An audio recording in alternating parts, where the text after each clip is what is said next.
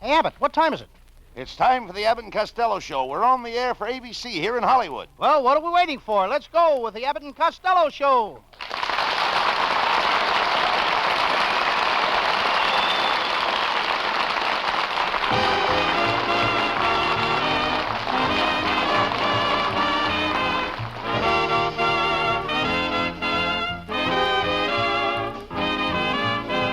Yes, it's the Abbott and Costello Show, produced and transcribed in Hollywood tonight for your listening pleasure with Susan Miller and the music of Matty Malley.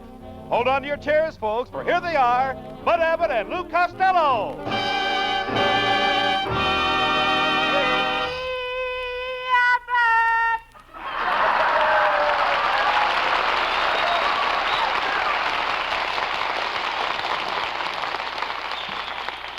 Hey, where have you been?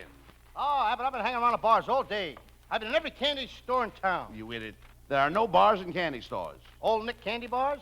Well, I'm full of the old Nick myself tonight. Oh, solo mia, oh, so are you. Oh, solo mia, and so are you. Be quiet, Abbott, and don't interrupt me. I'm taking singing lessons. My teacher says when I'm finished, my singing teacher says I'll be Nelson Eddy, Tony Martin, and Frank Sinatra all roll into one. You will? I'll be a loaf of shortening bread with curly hair wearing bobby socks. Oh. How can you be a singer? There's no music in your family. Oh, no? For your information, my Uncle Mike made a fortune with the Bell song. Was he a singer with the Metropolitan Opera? No, good humor man on Route 66. You know, Lou, to be a good singer, you've got to sing with pear-shaped tones. Pear-shaped tones? Yes, the tone must come out of your mouth in the shape of a pear. Which end first? Well, I'm talking about pear-shaped tones. Do you sing with pear-shaped tones? I don't know about pear-shaped tones, Abbott, but when I sing Apple Blossom Time, it comes out fruit salad. No. I don't believe you ever sang in public in your life. Oh, you don't think so, huh? No. Well, I did so. I once sang an opera. Carmen. I carried a spear and hit the highest note ever heard. How did you do that? I wasn't the only one carrying a spear.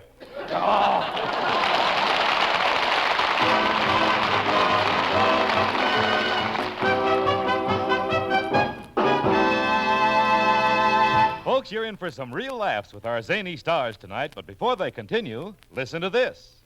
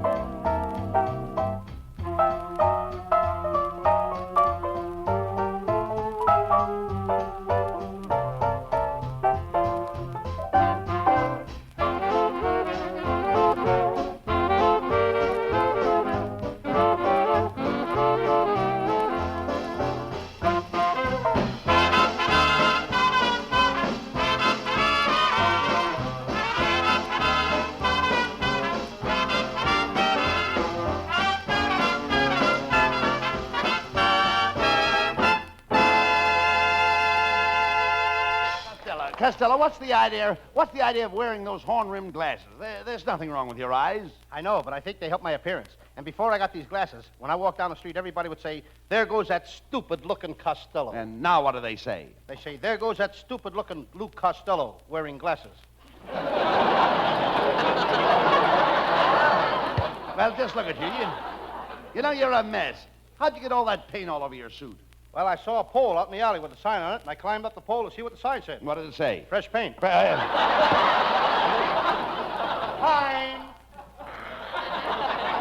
Well, you'd better take that suit over to my Uncle Herman at the Kirk Dry Cleaning Plant. Dry cleaning plant? What's your Uncle Herman doing there? Well, this is Wednesday. He's dying today. That's terrible, Abbott. I didn't even know he was sick. Oh, he isn't sick. He's dying. He's dying and he isn't sick? That's right. If he was sick, he couldn't die. Why not? Well, it's against the rules of the cleaning plant. You mean they wouldn't let him die if he's sick? That's right. If a man's sick, they won't let him into the place to die. What do they do? Leave him out in the alley? Oh, no. He can't die in the alley. He can't? No, if he wants to die, he has to go up the 7th floor. He's got to die on the 7th floor. Why, certainly. Is there any elevator in the place? No. The nerve of the people. What do you mean? Making a poor man climb 7 floors to die. Why don't they send him home? Because his wife won't let him die in the house. Wife don't? She don't want him dying in the house. She don't? No. He might as well go crawl under a rock. Imagine, a guy can even die in his own house. No. If there's any dying done to be done around the house, his wife does it. Huh?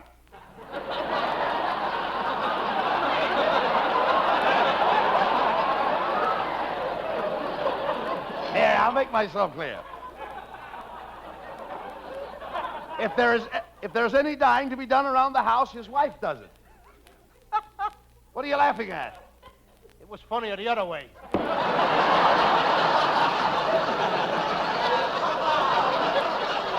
You mean his wife has got to die, too? Certainly. Abbott, what are you trying to do, bump off the whole family? Oh, keep quiet. I'm going to bring Uncle Herman to my house to die. Oh, he couldn't die at your house. And why couldn't he die at my house? Because you have no dye.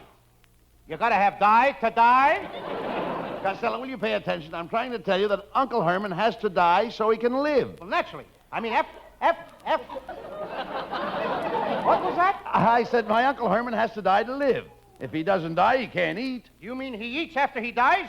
No, certainly he dies for a while, then he eats. Then he dies again, then he eats some more. Must be the food that's killing him. Must be eating at your backstage joint. No, you idiot. A man has to eat if he stands up all day dying. You mean he has to stand up to die? Naturally. Did you ever hear of anybody lying down to die? All the people I ever knew. Look, Costello, They he can't... use the standard way. No. He can't lie down on the job. He's got to be through dying by 6 o'clock. If he dies after 6, he gets time and a half.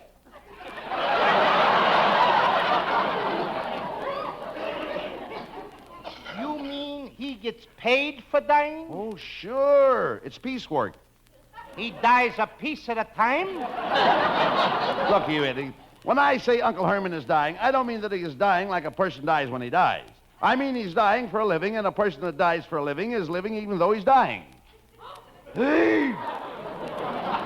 When you say that Uncle Herman is dying, you don't mean that he's dying like a person dies when he dies. You mean he is dying for a living, and a person that dies for a living is living, although he's dying? Now you've got it. I don't even know what I'm talking about.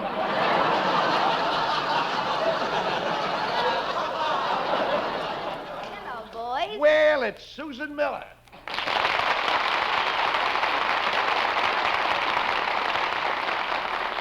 Hello, Susan. Where have you been all week?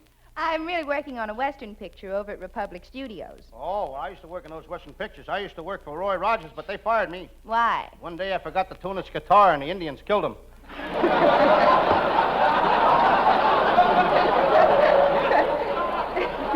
You talk sense, Costello. When are you and Susan going to get married? Well, I'll tell you. As soon as I find my place, I'll tell you. I think Susan and I are going to get... All right, folks, I got it. Well, As soon as I earn enough money. Am I going too fast for you, honey? Who talks next? As soon as I earn enough money. Now, that line isn't that funny. Wait a minute, Lou. Seriously speaking, money isn't everything. Lots of people get married without money. Do you know what I was getting when I married my wife? No, and I bet you didn't either.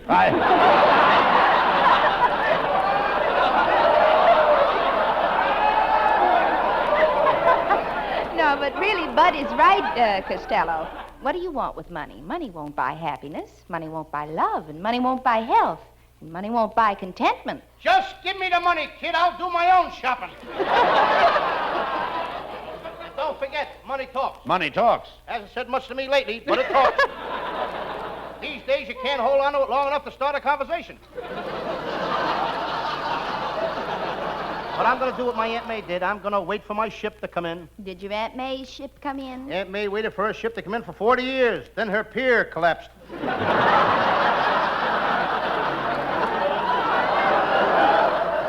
Pay no attention to him, Susan.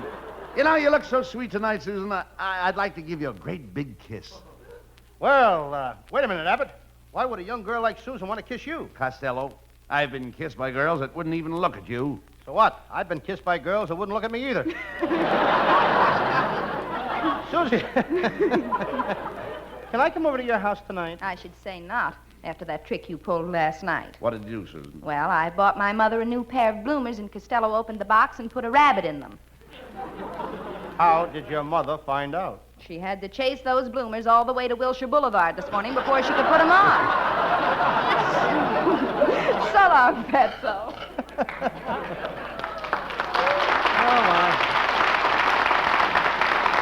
You know, I wouldn't blame Susan Miller if she never went out with you again. You're too selfish. You spend all your money on yourself. Why, you spent over $300 this week. What did you do with all that money, Lou? Well, I haven't got an automobile, and I have to take a streetcar. A streetcar here and a streetcar there. No, wait a minute, just a minute. How can you spend $300 in 1 week riding streetcars? I forget to take transfers.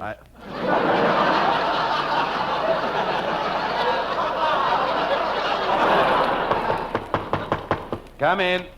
Good evening, gentlemen. I'm Lawyer Mellonhead, and I have the pleasure to inform you, Mr. Costello, that you're in line for an inheritance of $800,000 left to you by your great-great-grandfather, Diamond Jim Costello. Wait a minute, Costello. This doesn't sound right to me. Where did your great-great-grandfather ever make that much money? He invented a cake of soap with a hole in the middle. Well, what good is a cake of soap with a hole in the middle? That way you never have a piece left over.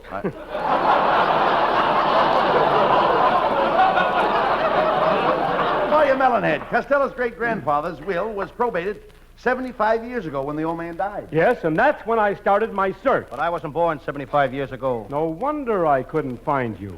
Oh, that's it. Well, furthermore, I have a point of law to establish here. The money was left to the oldest grandson. Now, in looking up the records, I found that you, Costello, were a twin, and I just couldn't believe it. And why not? Well, I took one look at you and I said, there can't be another one like him. You know, Abbott, this guy's a phony. How dare you? I'm an expert on wills. All my life, Costello, all my life, I've been searching for missing heirs. And from the looks of your shiny dome, you never found any.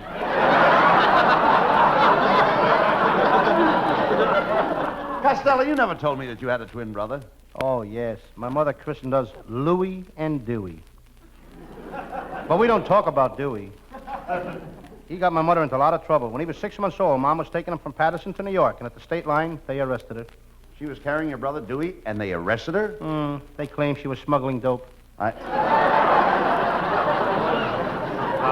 Costello. You know, I've looked up your brother Dewey's record. It's true. He started out in life as a dope, but he studied hard, and in a few years he became an idiot. Not satisfied, he forged ahead and became a moron. Then he studied harder. Soon he was a nincompoop, and then, after years of diligent study at the age of 21, your brother Dewey became the world's first schmo. I think I should be proud of him. But what has that got to do with the will? Well, Dewey has filed a claim to the fortune. He says that he is the older of the twins. Oh, no, that's a lie, and I hope I can prove it. I was born 10 minutes before Dewey. That money is mine. Mine, do you hear me? Mine! That money is mine! Mine! All right, don't get excited. Don't get excited. Academy Award was a little too late for me. That money was mine! Ouch. Mellonhead? Hand it over. Submit it, not so fast. I must have definite legal proof that you are the elder twin. Oh, that's easy. Costello has his birth certificate. That will prove his age. Very well, Costello, here's my card. Bring your birth certificate to my office, and it proves that you are older than your twin brother Dewey. I will give you the legacy. Why can't I have the money? I already got a legacy. You've got a legacy? Certainly, I've got 2 legacies. 2 armicies and a couple of hippicies. Talk sense, Costello. Come I on. think I got a legacy to stand on. Yeah, well, yes, but we're going over and get your birth certificate. Come on.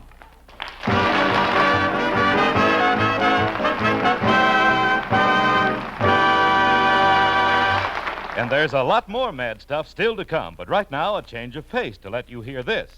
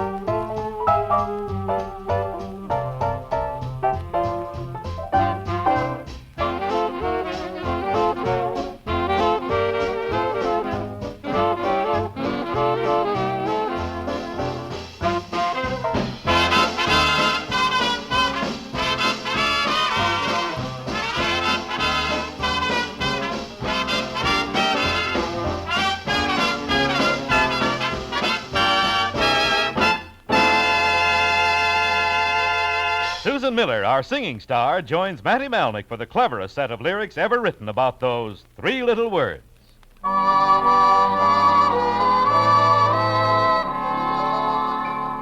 I've just written a love song. It's got everything.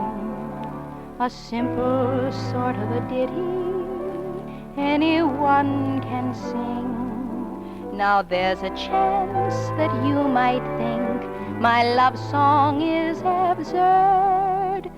But whether or not you like it, you'll remember every word.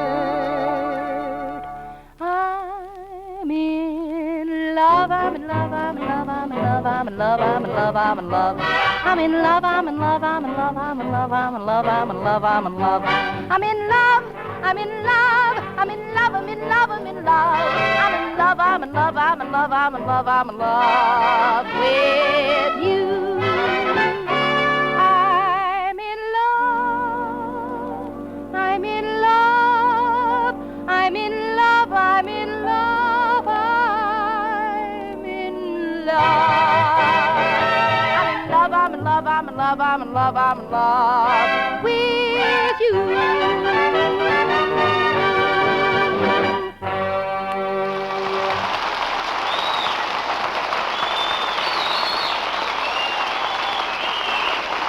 Costello, we've turned the house inside out, and you still haven't found your birth certificate. Remember, your twin brother Dewey has already presented his claim to the fortune. He says he's the oldest, and unless you can prove he's wrong, you'll lose your inheritance. You've got to find that birth certificate. All right, Abbott. Hey, look. Here's the old vest I used to keep my birth certificate in. I just looked in the pocket. What do you think I found? Your birth certificate? No, the hole I must have lost it from. Wait a minute. It seems to me you used to keep all your important papers in your back pocket. Can't be there, Abbott. Look at that big hole I got in the back of my pants. Nonsense. If there's a hole in the back of your pants, why can't I see your underwear? I also got a hole in my underwear. You dummy. We've got to find that birth certificate, Lou. I don't know where it is, Abbott. I've snooped all over the house.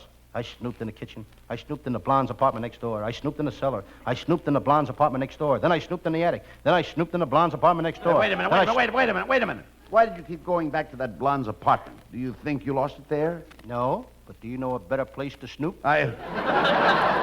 Costello, this is serious. Think, please.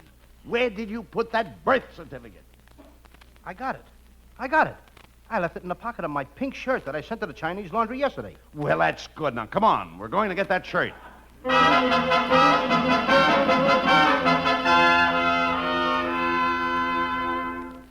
Here it is, Abbott.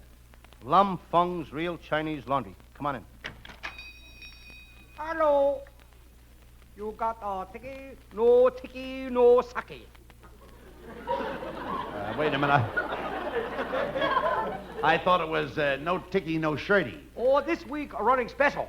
No tiki, no sake. Are you Lum Feng? Lum not here, me Abna.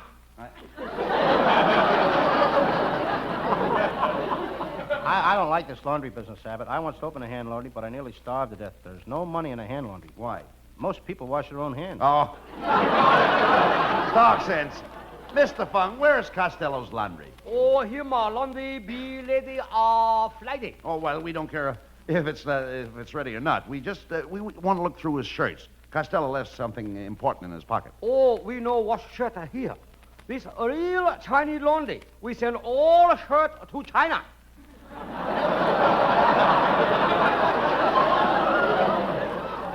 You mean you sent my shirts to China? Oh, yes. Oh, no. Oh, yes. Look, Mr. Feng, I got to get that shirt right away, even if I have to go to China for it. Oh, very good. You go to China. Here is address of a home office in China. Oh, bye. Oh, but...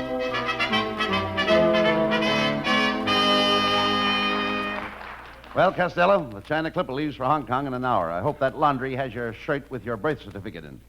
Isn't it exciting, Costello? We're going to China. Gee, maybe I'll see my cousin, One Lung Costello. He's in the silk business in China. He started in business with 2 silkworms. They made 6 pairs of silk stockings a day. Then he got an idea. Now they make 1,000 pairs of stockings a day. How did he do it? He made the worms partners in the business. Then he tried to corner the market by getting his hands on every pair of silk stockings in China, but he got arrested. How? The last pair he got his hands on, there was a girl still in them. All right. Now he's living in Burma. He's a big man in Burma. He works for a shaving cream company in Burma. Which one? Barbasol. You idiot. You know nothing about the Orient. Oh, I do so. I used to make dates with a rickshaw. A rickshaw. A rickshaw is a long, skinny thing that you drag around and it takes you hours to get any place with. That's her.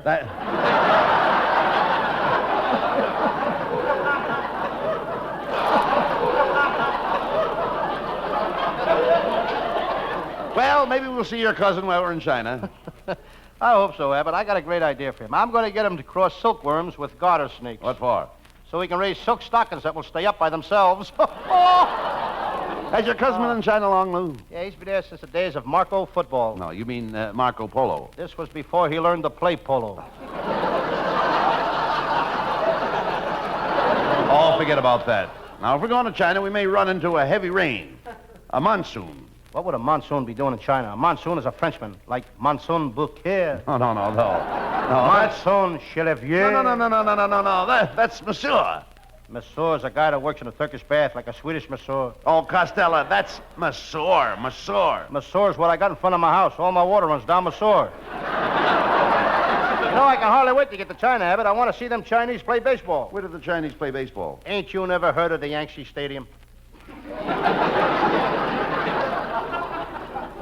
Pretty good, E. I just threw that one in. I should have thrown it out. Yeah. Come on, Costello. Just got time to make the China Clipper.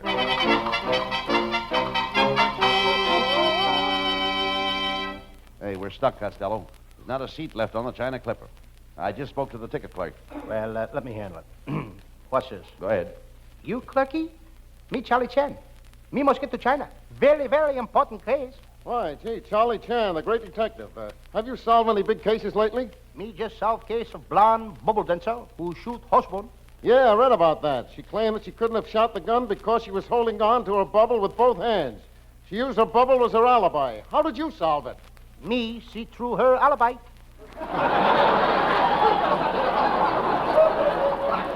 Well, what case are you on now, Mr. Chan? Me. Oh, yes, me working on case of man who steal locomotive from Santa Fe Railroad. Tell me, do you know where he's hiding? No. But the first time he goes for a ride, brother, will we nail him? Okay, Mr. Chan. Here's your ticket. China clipping already on runway 6. All aboard for China, Cucamonga, Anaheim, and Azusa. Oh, wait just a minute. If the plane is going to China, why are you hollering Anaheim, Cucamonga, and Azusa? It gets last on other programs. Costello, it's a long trip. Are you sure you're not afraid to fly to China? Me afraid? Why, I come from a family of flyers. My grandfather was a commercial pilot for 75 years. And 75 years ago, he was a commercial pilot. No, they didn't have planes 75 years ago. No wonder he was always out of work. Well, come on, we're off to China to find your birth certificate. Think of it. You're going to be rich. All aboard.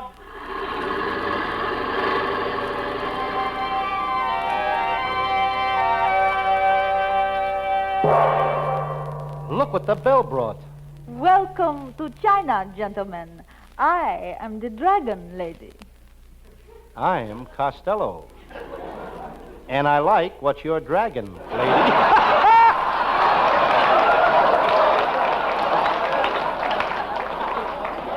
Be careful, Costello. These almond-eyed women are beautiful, but they're dangerous. Just look at her eyes. Yeah, she's got slants in her glance. Abbott, she's gorgeous. Ah, so you like me, little fat one?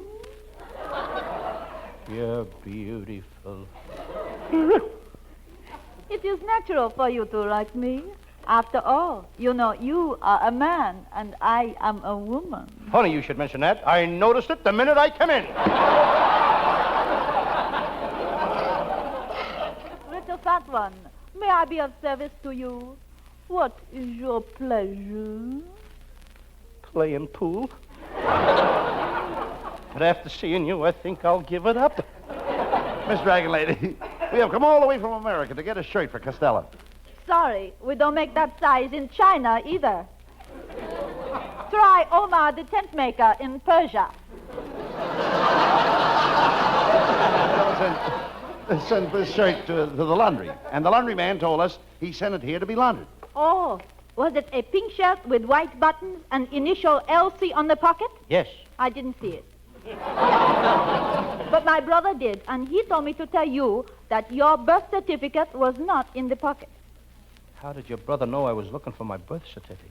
My brother is your head writer. One dumb pun.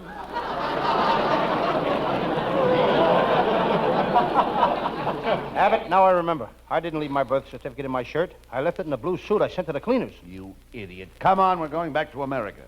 Honorable Costello, Yes, darling. before you leave, Yes, dear. allow me to kiss you goodbye. You do every week. Why not now?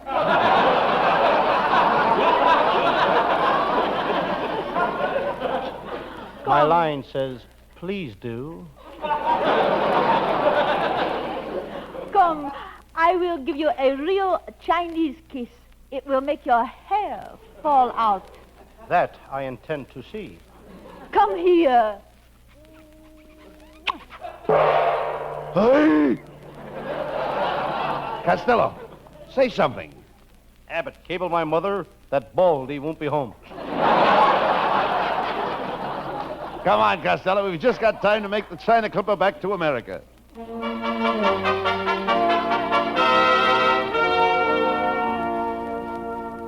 Well, Costello, are you sure this is the place you left your suit with the birth certificate in the pocket? Yes. This is it, Abbott. See the sign? Genuine French dry cleaners. monsieur, s'il vous plaît. What can I do for you, huh? I left the suit here last week to be cleaned, and I left something in the pocket, and I'd like to get the suit. Oh, but the suit is not here, monsieur. The suit is not here? No. This is a genuine French dry cleaner. We send all these suits to Paris, France. Oh, this is terrible. This is atrocious. This is unbelievable. Could I say something? Yes. This is the Abbott and Costello radio show.